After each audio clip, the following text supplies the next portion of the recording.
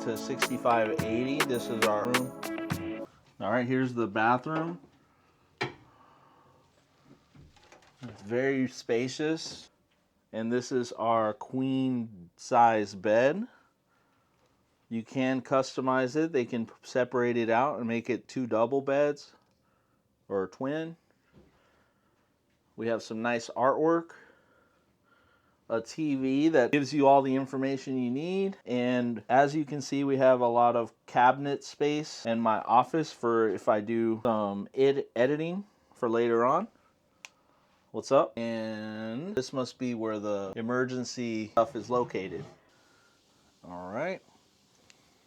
We have a telephone, and if you need housekeeping, there's your QR code. And this is a little sitting area if we want to entertain guests or if we just want to sit down on the couch. Sounds like fun. Now, let's go ahead and take a look at the balcony here in a second. This is going to be the first time we get out here. All right, so this is going to be the view from our balcony. There's the Port of Galveston. Right now we don't have much of a view, but I'm sure once we depart.